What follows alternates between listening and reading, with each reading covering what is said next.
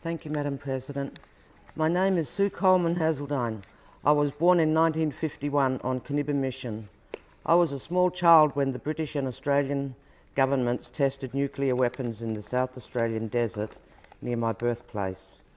For over a decade, full nuclear explosions and hundreds of experiments dispersed plutonium and other weapons materials, contaminating almost all of Australia. Aboriginal people were still living close to the test sites and were told nothing about radiation. Some communities were so contaminated that most people developed acute radiation sickness. High rates of cancer were eventually documented in the 16,000 test workers, but no studies were done on Aboriginal people and others living in areas of fallout, many of whom were even more highly exposed. High rates of cancer and chronic illness haunt my family and our wider community. My small town of Sejuna is being called the cancer capital of Australia.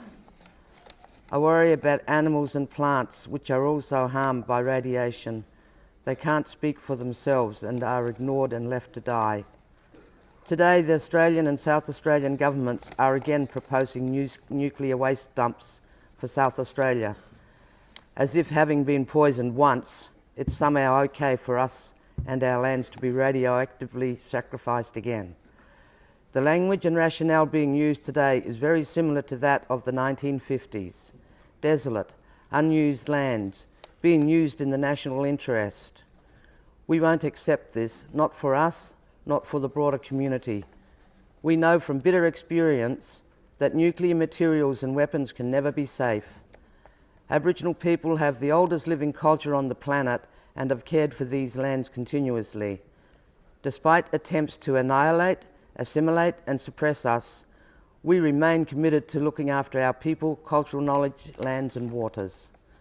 Though we live in remote Australia, we now know that everywhere they have been used worldwide, nuclear weapons have devastated people and their lands. Together we need to connect the past, present and future, and work towards a treaty to ban all nuclear weapons, so there will be no new victims under a mushroom cloud. A nuclear ban treaty is also an opportunity to assist countries to make amends to victims of nuclear weapons. The treaty should acknowledge the permanent damage done to people, land and culture across generations, and particularly for Indigenous people worldwide.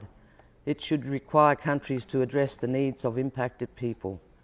I'm speaking to you today in the hope that by working together, life on Earth can continue into a safe, nuclear-free future. A nuclear weapons ban treaty is a crucial step on the path to that future becoming a reality, as it must. I know that the future is not ours.